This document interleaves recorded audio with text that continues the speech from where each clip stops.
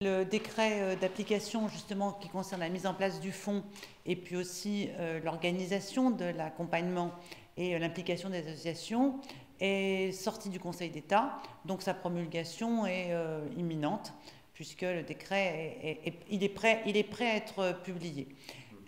Donc c'est un décret important. Je tire quand même l'attention de tout le monde sur le fait que ça a été relativement rapide entre la promulgation de la loi et la sortie du Conseil d'État. C'est un énorme travail, les décrets, parce que c'est interministériel, il faut discuter avec les autres administrations. Donc le calendrier est bon. Donc à partir de la publication du décret, au plan départemental, les associations qui veulent être incluses dans la mise en œuvre du parcours et de l'accompagnement des personnes qui veulent sortir de la prostitution pourront se faire agréer pour ça. Et des départements ont déjà commencé à travailler d'ailleurs à la préfiguration de ces commissions départementales. Le montant du fonds est de 5 millions d'euros pour l'année 2017. Je ne connais pas la montée en charge encore du fonds. Je ne sais pas combien de personnes vont sortir du parcours de prostitution, vont demander à bénéficier du fonds. On a mis 5 millions d'euros sur cette année parce que c'est ce qu'on a évalué en fonction du fait que quand une loi est nouvelle, la montée en charge est progressive d'année en année, le temps qu'elle soit connue. Et l'intérêt d'avoir un fonds à 5 millions d'euros, qui est quand même bien pourvu, un fonds de 5 millions d'euros, c'est qu'il permettra aussi d'ajuster dans les années qui viennent en fonction de l'évaluation qu'on fera de la mise en œuvre. C'est mieux que d'avoir des sommes non dépensées. Les sommes non dépensées, c'est pas bon quand on discute de son budget l'année suivante. Il vaut mieux avoir tout dépensé et dire, ben voilà, avec ça, avec 5 millions, on a pu accompagner X parcours. Et là, on en a X fois 2 à accompagner, donc il faut que le fonds augmente. Donc je ne suis pas inquiète pour l'année 2017 sur le fonds.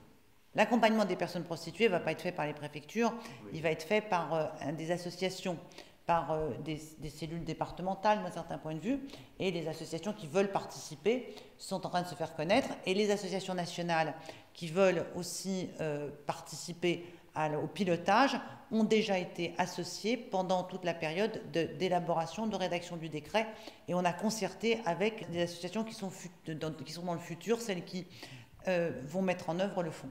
Il y a le mouvement d'Uni, il peut y avoir Médecins du Monde dans certains départements, il peut y avoir des associations féministes, des associations de lutte contre les violences faites aux femmes, qui sont aussi incluses, parce que la prostitution, et ça a été d'ailleurs l'objet de la loi, c'est que nous considérons que l'achat de services sexuels est d'abord et avant tout une violence faite à l'encontre des femmes, et donc les associations qui sont impliquées dans les violences faites aux femmes sont partie prenante aussi. Il peut y avoir aussi des associations qui s'occupent de la réinsertion, de l'hébergement des femmes victimes de violences. Bref, il y a toute une série d'associations qui ont déjà de l'expérience en termes d'accompagnement des femmes en situation de violence ou sur la prostitution qui pourront composer cette structure collective. Les associations sont subventionnées et la subvention d'associations qui sont impliquées dans la mise en œuvre de la prostitution a déjà été considérablement augmentée.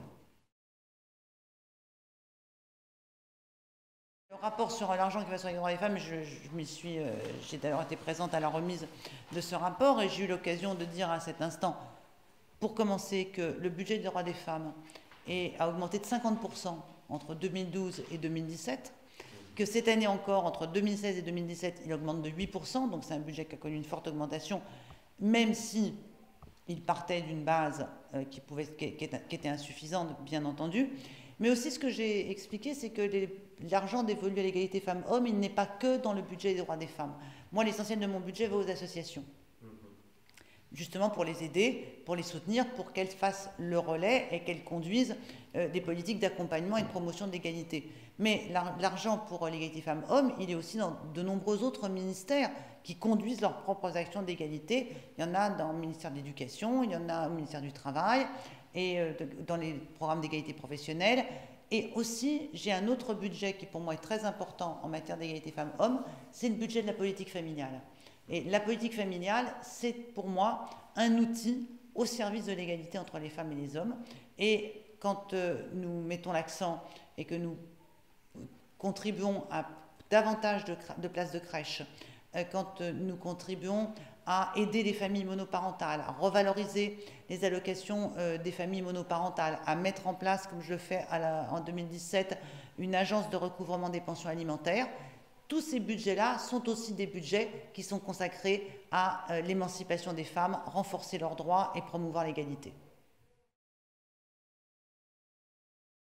Depuis 2012, dans l'engagement du gouvernement en matière d'égalité femmes-hommes, la question du sport féminin a été posée, avec toute une série de mesures en faveur de la mixité, et puis aussi des mesures très importantes qui sont dans la mise en œuvre par les collectivités locales des politiques sportives de proximité.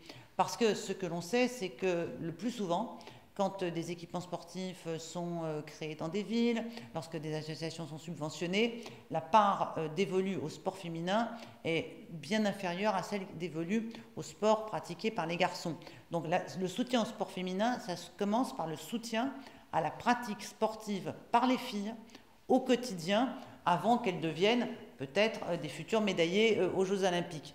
Donc là-dessus, on est très engagé. Et dans le plan que j'ai moi-même lancé contre le sexisme, ce plan-là, sexisme pas notre genre, nous travaillons avec la FEMIX et avec l'ensemble des associations qui ont fait de la promotion et de l'égalité entre les filles et les garçons leur but dans le monde du sport. Et puis, il faut compter surtout sur les sportives, je crois aussi.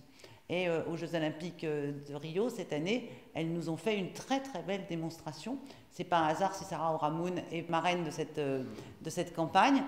Par exemple, elles ont montré qu'elles étaient capables de remporter des médailles dans des disciplines qui ne sont pas forcément celles où on les attendait le plus, d'ailleurs. Et puis, il s'est passé une autre chose assez amusante, c'est qu'au début, les commentaires étaient assez désagréables à l'égard du sport féminin. Le sport féminin, c'est non seulement on n'en parle pas, mais bien souvent on en parle mal en plus. Et j'ai été assez touchée que cette façon de parler du sport féminin, qui a été très sexiste dans un certain nombre de commentaires, a été dénoncée. Et j'ai vu au cours des JO évoluer la manière dont on parlait du sport féminin, c'est-à-dire que le sexisme du commentateur a été remisé au rang du vieux sport, du sport d'avant-hier. Il y a une vigilance à l'égard du sexisme en général qui s'est déployée à l'encontre du sexisme qui touchait les sportives pendant les Jeux Olympiques. Donc soutenir le sport féminin, mais c'est aussi soutenir les filles de manière générale. Et c'est peut-être aussi faire changer les stéréotypes qu'elles ont dans leur tête. Quand on a lancé cette campagne, on a précédé la campagne d'un sondage, d'une enquête d'opinion. Et dans cette enquête d'opinion, on demandait, à votre avis, est-ce que les filles sont plus, moins ou également compétentes que les garçons dans toute une série de disciplines. Et parmi ces disciplines, il y avait le sport. Et on s'est rendu compte que les filles prêtaient aux garçons une plus grande compétence, des plus grandes aptitudes en matière sportive qu'elles ne s'en reconnaissent à elles-mêmes. Donc il faut faire tomber les stéréotypes, convaincre les filles qu'elles sont aussi douées pour le sport que les garçons, et à condition qu'on leur laisse l'accès aux équipements sportifs. Et dans la question du sport se joue aussi la question de la place des filles dans l'espace public. Là où les garçons occupent seuls tout le terrain, c'est pas que le terrain de sport qu'ils occupent, c'est aussi le terrain collectif, la rue, les lieux de loisirs. Et faire la place aux filles, c'est imposer, garantir leur égale présence dans tout l'espace public. Mais vous savez, moi j'avais observé que dans les cours de récréation à l'école, les garçons jouaient au foot, et donc occupaient à peu près 80% de la cour de récréation, et les filles jouaient à l'élastique, et donc elles occupaient 20% de la cour de récréation.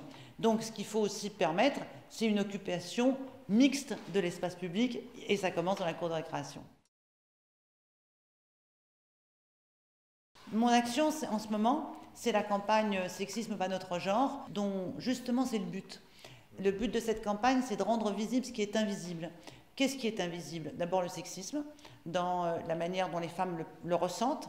Bien souvent, quand une femme est victime d'un comportement sexiste, elle commence par penser que c'est elle qui l'a provoqué ou suscité par sa propre attitude. Expliquer le sexisme, le dévoiler, c'est permettre à toutes les femmes de se mettre à distance de ce qu'elles ont reçu comme comportement sexiste et surtout de se désengager personnellement de ce comportement en appréhendant le fait que ce n'est pas parce qu'elles sont elles, ce n'est pas parce qu'elles étaient habillées de telle façon, que pas parce qu'elles étaient à tel endroit, qu'elles ont été victimes de sexisme, mais c'est simplement parce qu'elles sont des femmes et que toutes les femmes, à un moment donné de leur vie, affrontent le sexisme. Ça, c'est la première chose. Deuxième chose, rendre visible le sexisme, c'est aussi rendre visible ces mécanismes de reproduction.